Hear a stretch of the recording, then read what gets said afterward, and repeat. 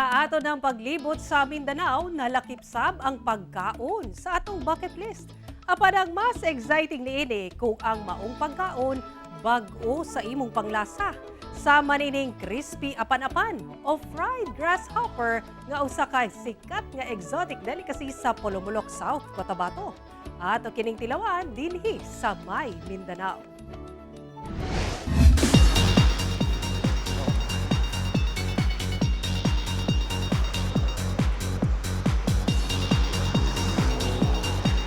Mga kapuso, di na gumadakpan ang apan. Kapalo ba mo nga, kani daw, peste daw ni sa basakan, sa maisan, sa kasagbutan o ubang mga tanom. Pero din sa Polomolok South, Cotabato, ginakaon kini.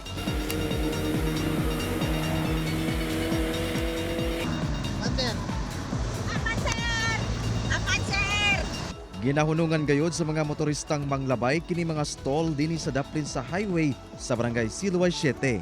Kaysa presyo nga 50 pesos matag baso, makatilaw na sila sa sikat nga exotic food nga crispy apan-apan o fried grasshopper.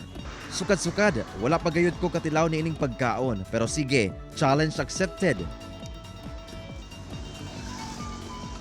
Ang lasa niya mga kapuso, mura siya ganang bulinaw, nga imo siyang giprito o gibutang ang gamay mga lamas. Murag wala siya laing nga aftertaste. Limpyo matud pa ang pagkaluto niini sumala sa mga mamaligyaay. Gikan sa pagdakop, makadagang higayon daw nila kini ginahugasan og tubig nga dunay sagol nga suka. Gimarinate, dayon gigisa nga dunay lamas og gidungan og seasoning isip pampalasa. Lami ni nga pagkaon, apan. Hinahinay lang daw alang sa mga allergic niini. Mga kapuso, atong suportahan ang atong mga local farmer nga nagapamaligya og apan kay kabalumod na kung tabang daw kuno kini sa ilang panginabuhian. Ako si Efren Mamak and this is My Mindanao.